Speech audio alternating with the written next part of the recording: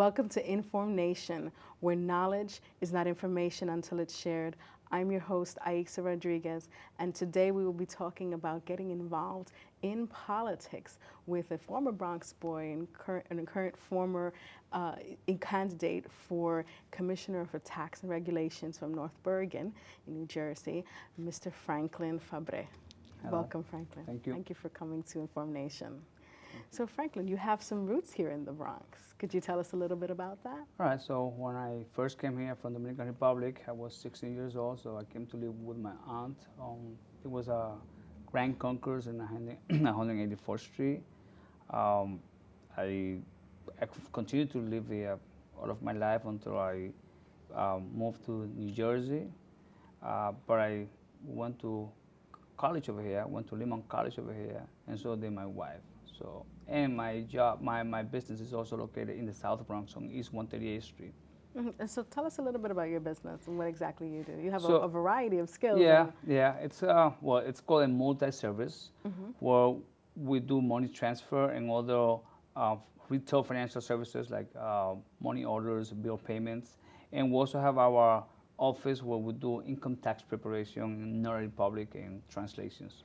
Okay, so all of this knowledge led you to being asked to run for office for the first time where you live in North Bergen. Yes, actually, I was a volunteer. I was supporting the local candidate for mayor. And I guess through the process, as I'm volunteering, they realized that they needed a person with a tax background, and then they chose me, and I'm very grateful for the opportunity. So this is the first time you had ever stepped into this idea of politics. And right now, currently, we're getting a lot of fresh blood into the political stream, and people are being inspired to get more involved as citizens and actually run for office. Could you tell us about that journey? How did you go from being a Dominican immigrant to the Bronx to now running for office in Jersey? Yes, I was shocked. I always kind of had the desire to someday get involved in politics in this country. But I thought I would have to go to school and get a master's in political science. I said, well, maybe I don't have all the knowledge that I need to actually get involved in politics. So now when they gave me the opportunity, it just came out of the blue. I thought I wasn't ready. I spoke to my wife. I called my mom in the Dominican Republic. I said, listen, you think I should do this? And she said, you know what? If you want to do it, just take a chance. And then I spoke to the person who chose me. I said, listen, I've never done this before. I may not have all the knowledge. And he said, you know what? You have what it takes. You have a family. I can speak to you. It sounds like you really care.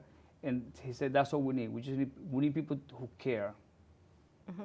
Seems like that. In your literature, most of what you were talking about is directly impacting the citizens. It doesn't seem as if you're not listening. This is a great list of issues. But the biggest issue that you mentioned before when we spoke that got you motivated to get involved, it had a personal connection to you. Could you tell us a little bit more about this? Yes, sure. So they're building a power plant, maybe like a mile from my house. That's close. Exactly, very close.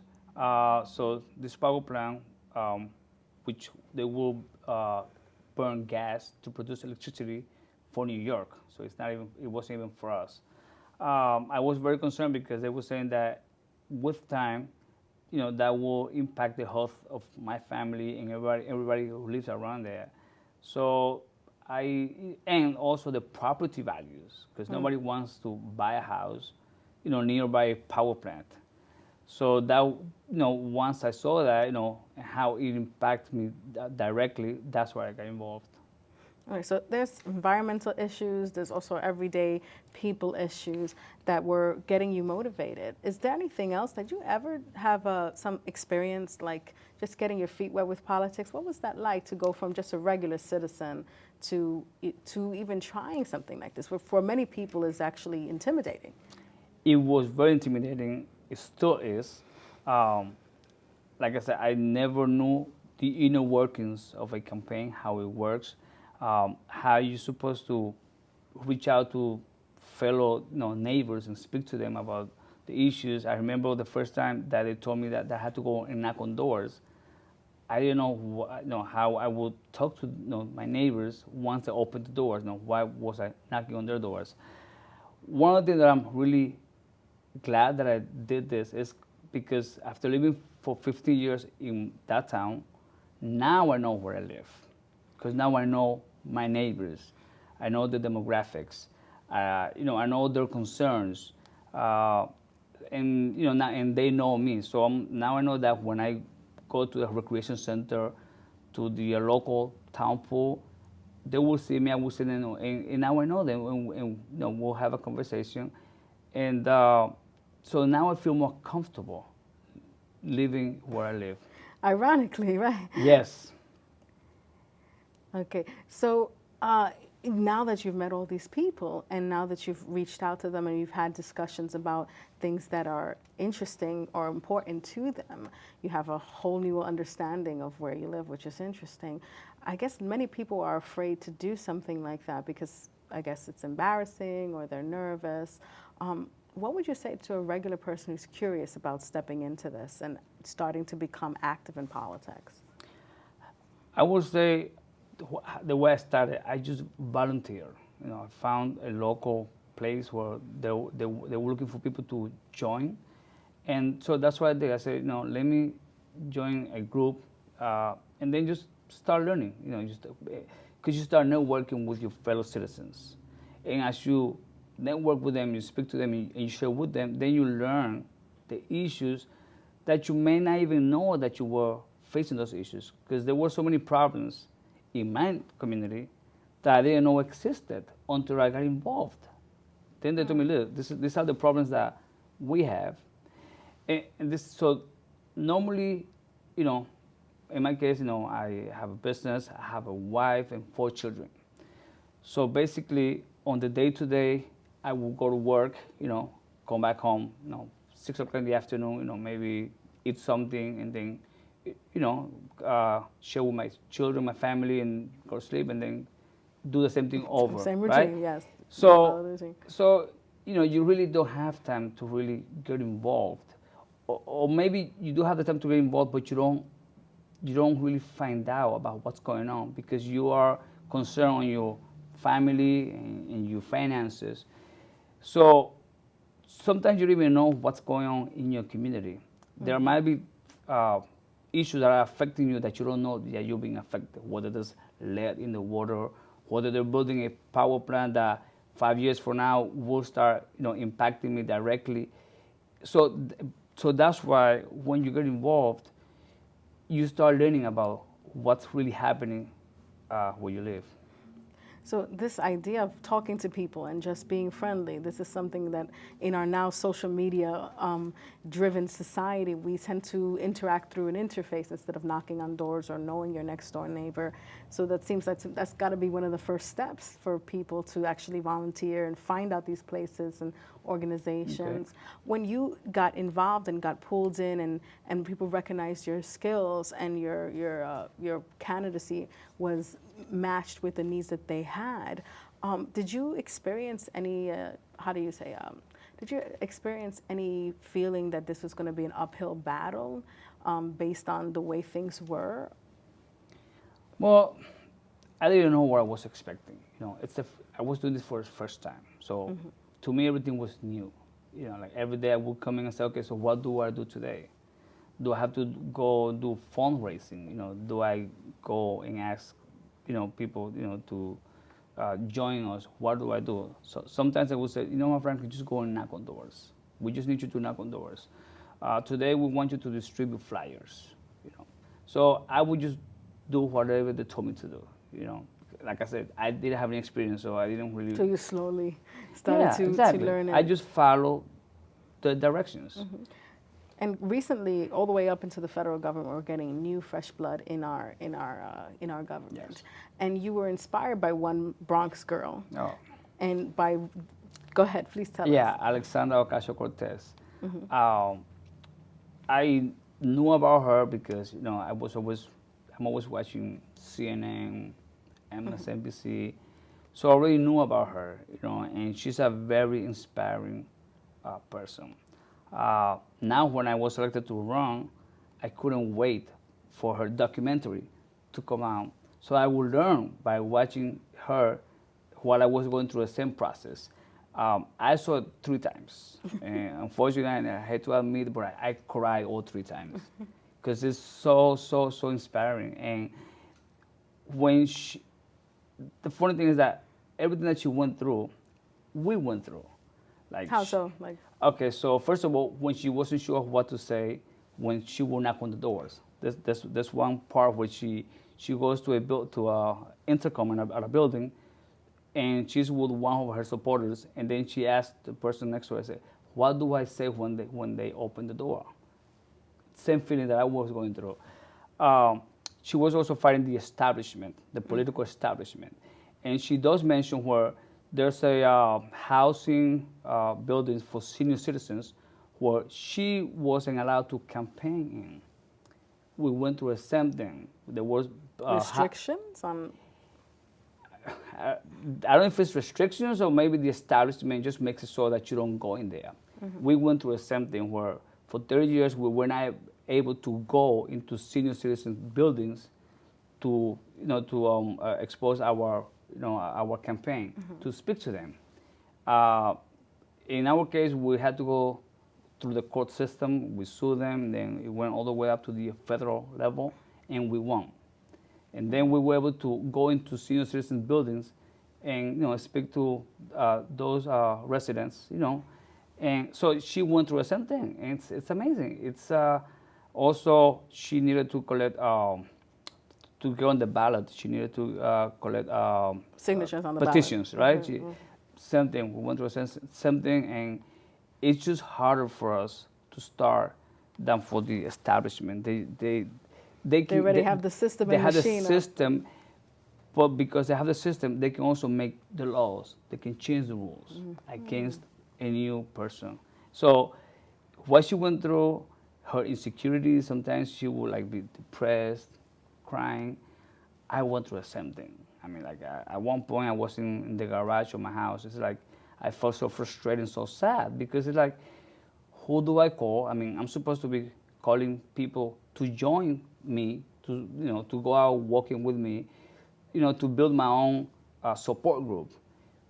But asking people to join you, it's so hard. It's like begging on the streets, and you don't know how to call your brother, your cousin, your friends and say, listen, can you please come and walk with me, help me? Because everybody has their own lives. So at one point you feel so frustrated because you know what you're supposed to do. The campaign tells you you're supposed to find people, and yet how do you call people to tell them to come? This was discouraging, but you also have other parts that were encouraging that led you to do it anyway. But I'd like you to hold that thought so we can go to break. So we'll see you in a bit. Maria, so how's work? It was fourth period biology. Our students just weren't getting how easily viruses spread. So Miss Bell and I had them role play a zombie virus outbreak. By the time they had all learned the lesson, all the living were dead. Hey, how's your job going? That big sales meeting I planned? Next year. I might get to go. Cool. Welcome back to InformNation, where knowledge is not information until it's shared. I'm your host, Aixa Rodriguez. We're coming back to have our continued conversation with Franklyn Fabre, who has recently run for Commissioner for Taxation and Regulation in North Bergen. And we were talking about young people and regular citizens getting involved in our government, in politics and civics. And we were discussing your experiences of discouragement, but you also had many moments of encouragement. So as an elder, teaching others to really become part of their community and sharing this experience, what would you say to people who are thinking of following your footsteps and trying to get involved? Okay. So I would say that you don't have to have a master's degree in political science. You just have to get involved, because you don't want to have, I guess, maybe the word is professional politicians. You want to be yourself, you know. And you just don't joining if you care. You just need people that care. And once you join in and you join a local community group, you will connect better to your fellow citizens because you have the same concerns. So there were some discouraging experiences that other people like Alexandria Ocasio-Cortez experienced with criticism from the establishment, and you mentioned that before. What are some ways that people can get over this fear of, well, it's blocked off from me, there are obstacles here, there's no way that I can win, why bother?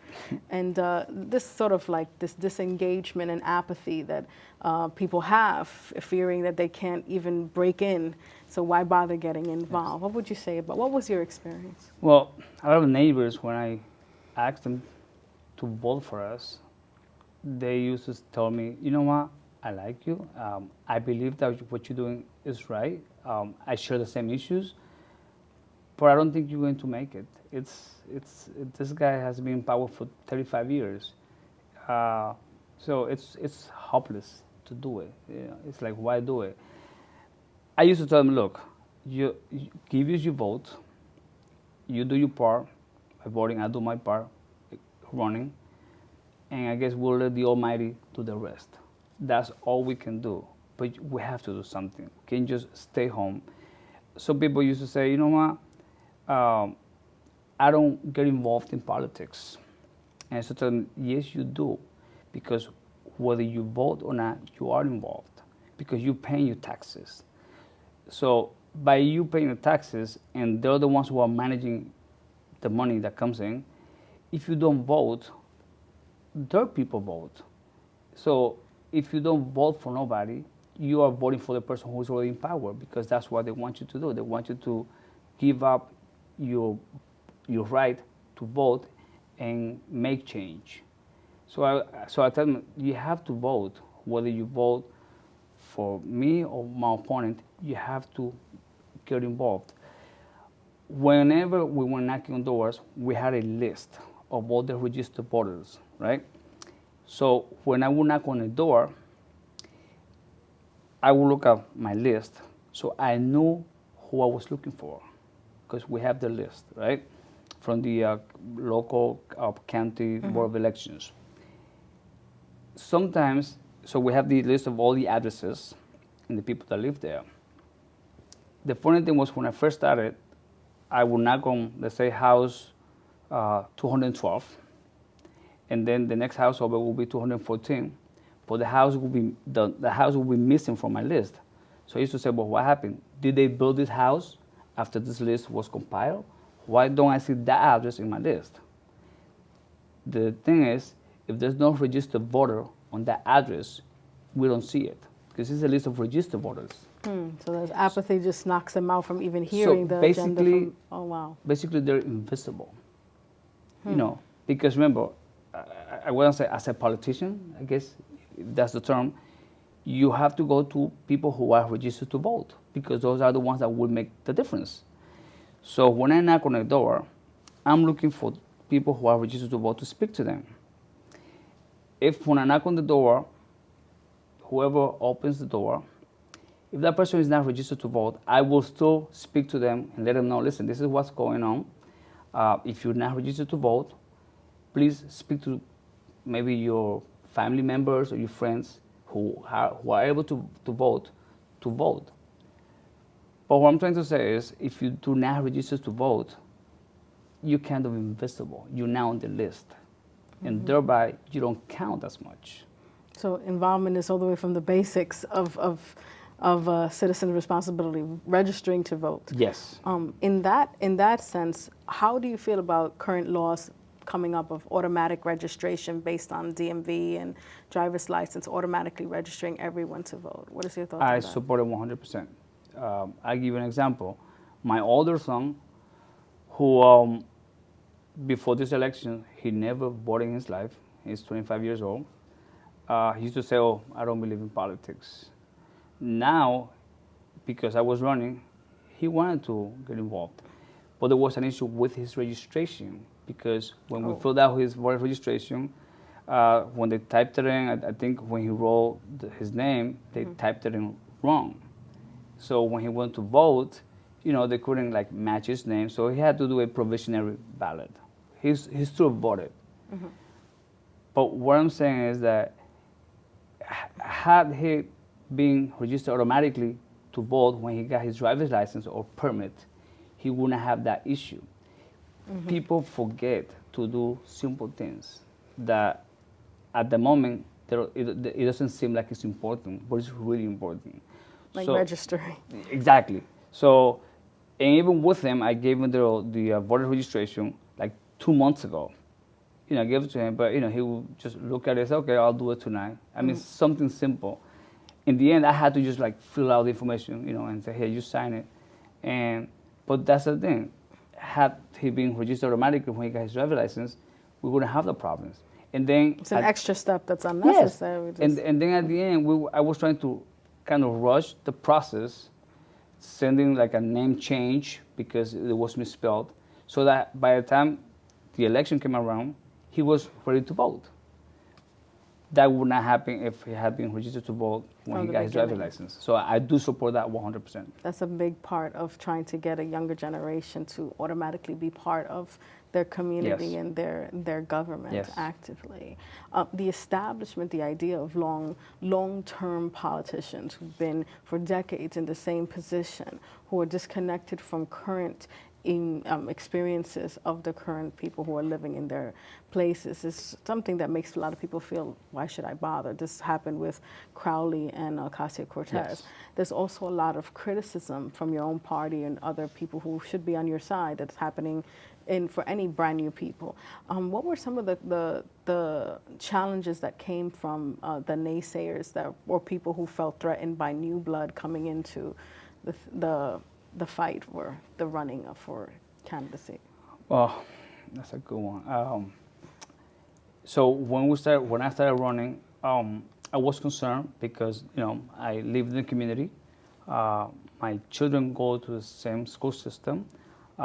In my town, the teachers are also they participate, in the political process. So like on election day, there's no school, and so children and many of the people working as poll workers are teachers. So in that sense, it becomes part of the establishment, and you may be concerned because you're going against the establishment, but you still live in the community. You don't want to have any residual issues, even though you're just participating. exactly. And I used to tell some of my neighbors, I said, listen, one in particular, where I said, listen, you're a Mets fan and I'm a Yankees fan.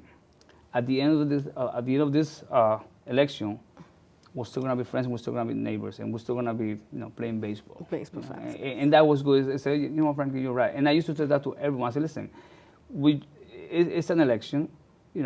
I'm running against this guy. If you like him, it's fine. But this is how democracy works.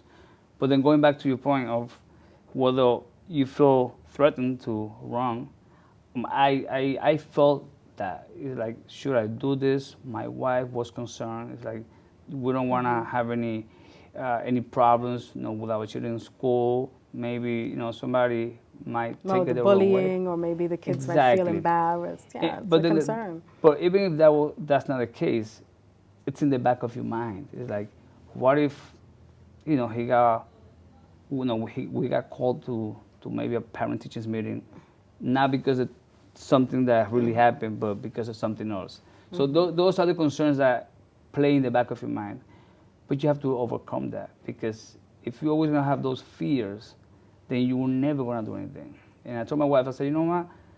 I believe in this. I think it's a good thing. So why not do it? There's fears in anything that you choose in life. I said, but you can't just let fear hold you from doing something that is good for you, is good for your family, good for the community. And so I said, no, I spoke to her. She said, you know what, you're right. Let's just go ahead. So you came away from this experience a changed person. You were able to meet more people, and you mentioned a lot of positive things that came after this experience.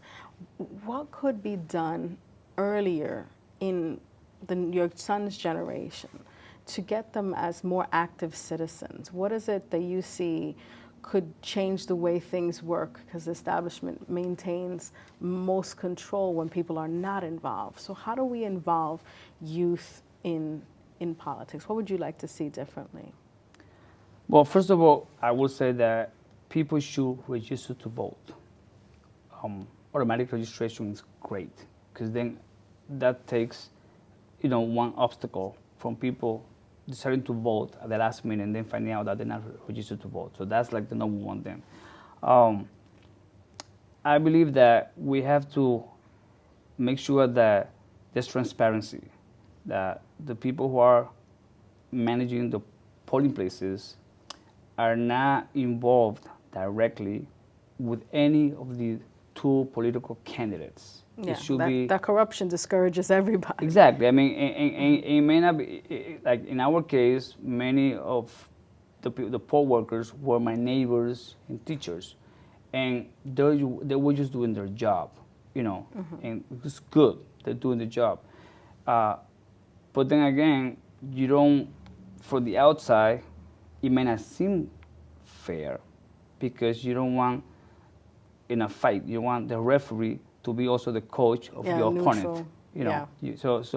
In order to prevent that perspective of something's not right, which is what your son was saying, which is like, I don't believe in politics. Exactly. So that's why. How will they do that? I mean, will there be the local laws will be changed, so that you can. I believe that there Some should conflict of interest law. Yes, conflict. Yeah. So I believe that poll workers who are there should be independent, but their independency should be verified.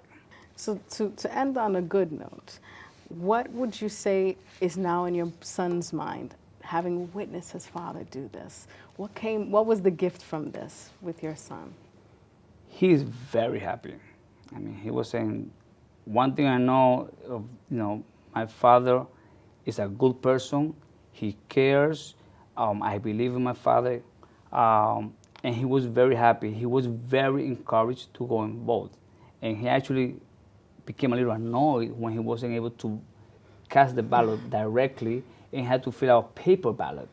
Mm-hmm. He said, "Well, why should I want my?" He said, "I want my vote to count today, not next week."